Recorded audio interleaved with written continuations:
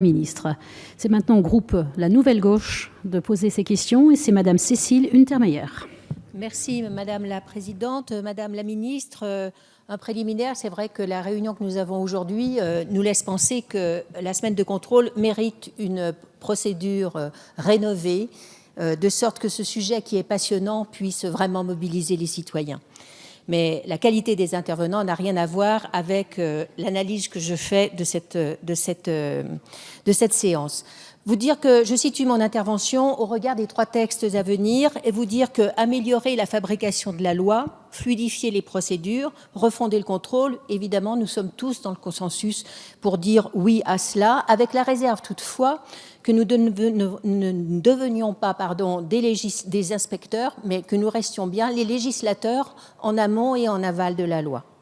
Tout a été dit sur la réduction du nombre drastique de députés et la division par 2 des circonscriptions. Nous aurons l'occasion plus tard d'en reparler, mais reprenant vos propos, je ne vois pas vraiment en quoi cette réduction du nombre de députés fera que notre Parlement sera non plus un Parlement spectateur, mais un Parlement engagé. Le député sera remplacé par un administrateur. Nous n'avons pas d'avancée démocratique sur ce point et nous n'avons pas d'économie non plus. Il est important de le dire aux citoyens. Je pense que nous aurions dû nous intéresser bien avant cela, bien avant ce quinquennat, à l'impensé juridique du travail en circonscription, parce que c'est dans la proximité et l'impartialité, comme cela a été dit à plusieurs reprises, que nous nouons un lien avec le citoyen et écartons les populismes. La convergence européenne ne peut pas accréditer le choix qui est fait. L'Allemagne et l'Espagne sont largement devant nous et nous sommes aux côtés du Pays-Bas et de l'Italie s'agissant du nombre d'habitants représentés par des députés. Et Justin Trudeau, qui est venu, qui était notre hôte il y a peu de temps, lui prend la décision d'augmenter le nombre de députés quand la population augmente. Je trouve que ce sont des caractéristiques qui doivent nous importer. Enfin, le non-cumul des mandats voté en 2014, appliqué en 2017, et je vois que le non-cumul des mandats dans le temps mettra beaucoup plus de temps dans son application, n'avait pas pour objectif cette réduction du nombre de députés, il avait pour objectif de limiter le conflit d'intérêts entre un mandat exécutif local et un mandat de législateur, et je pense que nous avons bien fait, et je sais que vous êtes d'accord avec nous.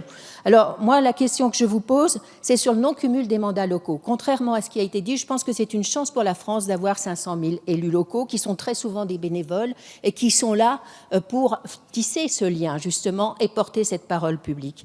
Mais sur ces mandats locaux, doit-on envisager, et je vous demande votre avis à ce sujet, une réduction du nombre de cumuls de mandats exécutifs au niveau local? Merci Madame la députée. Madame la Ministre, vous avez la parole.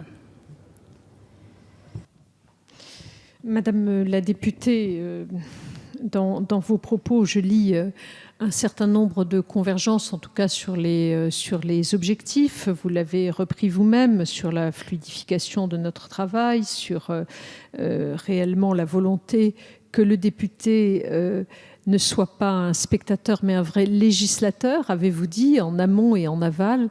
Je crois que c'est tout à fait essentiel. Vous posez ensuite la question liée à l'option qui est retenue depuis longtemps par les lois sur la vie politique, mais également par le projet constitutionnel, de limiter finalement les zones de conflit d'intérêts. Je ne parle pas là de conflits financiers, mais de conflits d'intérêts, y compris dans les objectifs poursuivis. Et c'est l'objectif, effectivement, du non-cumul des mandats que nous proposons. Ce non-cumul, il est certain qu'il va transformer la fonction du député. C'est absolument certain. On le voit déjà. Malgré ce que nous constatons aujourd'hui, on voit déjà que la fonction de l'élu national est transformée. Il est davantage centré sur son rôle de législateur, de contrôleur, d'évaluateur. Et je crois au fond que c'est cela que voulait la Constitution. Sur l'articulation avec le terrain local, il faut évidemment pouvoir se nourrir de ce qui se passe au niveau local.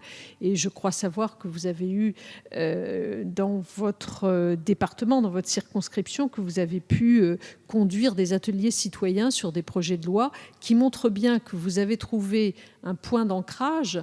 Je m'excuse de vous mettre ainsi en avant, mais que, en tant que représentant national, vous avez su trouver un point d'ancrage entre votre fonction de législateur et l'émanation que vous êtes des personnes qui vous ont élu.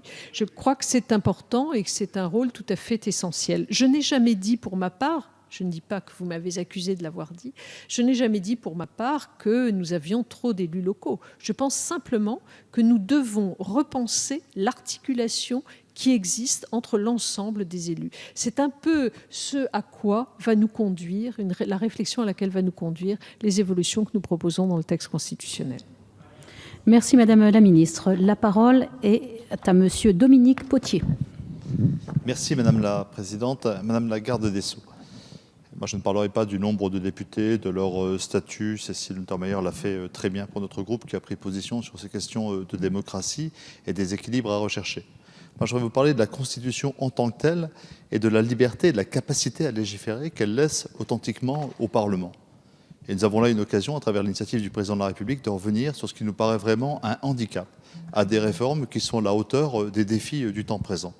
Un des grands enjeux, Madame la Ministre, vous le constatez avec nous, c'est l'équilibre entre la puissance publique, la démocratie, l'expression de la volonté de l'intérêt général, et la puissance privée, qui s'est trouvée concentrée, démultipliée, dépassant l'échelle des États-nations de façon fulgurante, notamment au XXIe siècle, au XXe et au XXIe siècle. Or, lorsque le Parlement a pris des initiatives, je pense à une loi sur l'accaparement des terres, je pense, dans la loi Sapin II, à la volonté de rendre transparentes les activités financières des holdings. Nous nous sommes vus empêchés à chaque fois par une constitution qui mettait en avant ici la liberté de propriété, ici la liberté d'entreprise telle que déduite de la Déclaration universelle des droits de l'homme et de l'esprit de la Révolution. Or, si nous revenons à cet esprit de la Révolution française, elle vise à émanciper le sujet, à lui donner la capacité à s'organiser en société, à s'affranchir des despotismes.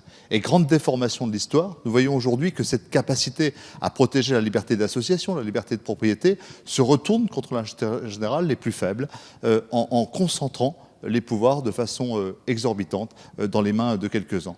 Et est-ce qu'il n'y a pas lieu aujourd'hui de profiter de cette réforme constitutionnelle pour rééquilibrer finalement la capacité à légiférer dans les temps modernes pour nos parlements et pour nos assemblées à l'échelle nationale, à l'échelle internationale, et à réduire cet obstacle fourni aujourd'hui de façon décalée par le Conseil constitutionnel. Ma question est très simple, Madame la Ministre, c'est est-ce que nous pouvons ouvrir ce débat avec vous dans un dialogue qui ne sera pas partisan, qui soit un dialogue de recherche de la vérité et d'un bon équilibre? Est-ce qu'il n'y a pas lieu de faire en sorte que la liberté de propriété d'entreprise puisse connaître des limitations lorsqu'elles sont contraires à la recherche du bien commun? Merci. Merci, Monsieur le député. La parole est à Madame la Ministre. Monsieur le député Potier, je partage les prémices sur lesquelles vous fondez votre propos. Autrement dit, l'idée selon laquelle il ne faut pas que sur le Parlement pèse trop de handicap dans son pouvoir de création. Nous sommes néanmoins soumis à un état de droit. Et je pense que vous et moi considérons, malgré les contraintes dans lesquelles nous sommes ainsi encadrés, et le Parlement et l'exécutif, nous considérons que cet état de droit, malgré tout, est protecteur des libertés publiques, généralement. Sur la capacité que le Parlement pourrait avoir à légiférer dans des domaines sur lesquels il ne serait pas bridé par le juge constitutionnel, évidemment, cela est rendu possible à partir du moment où nous modifions la Constitution, puisque là, le Conseil constitutionnel n'intervient pas, ce n'est pas son champ de compétence. Et il me semble précisément que dans quelques-unes des dispositions que nous proposons à votre vote, il y a des éléments qui permettent au Parlement de s'émanciper d'un certain nombre de contraintes. Je pense par exemple à l'idée que nous pourrions introduire dans la Constitution le fait de pouvoir lutter contre les changements climatiques. Je prends cet exemple-là.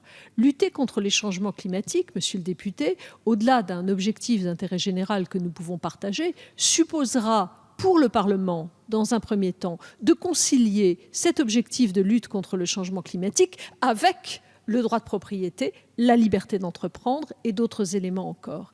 Et le juge constitutionnel, par la suite, opérera le contrôle de conciliation que vous-même, parlementaire, vous aurez opéré.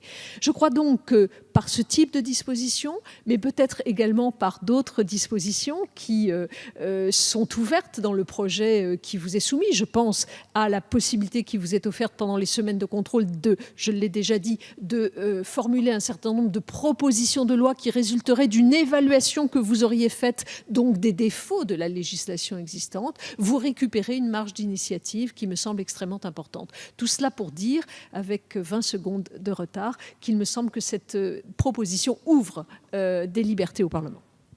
Merci Madame la Ministre.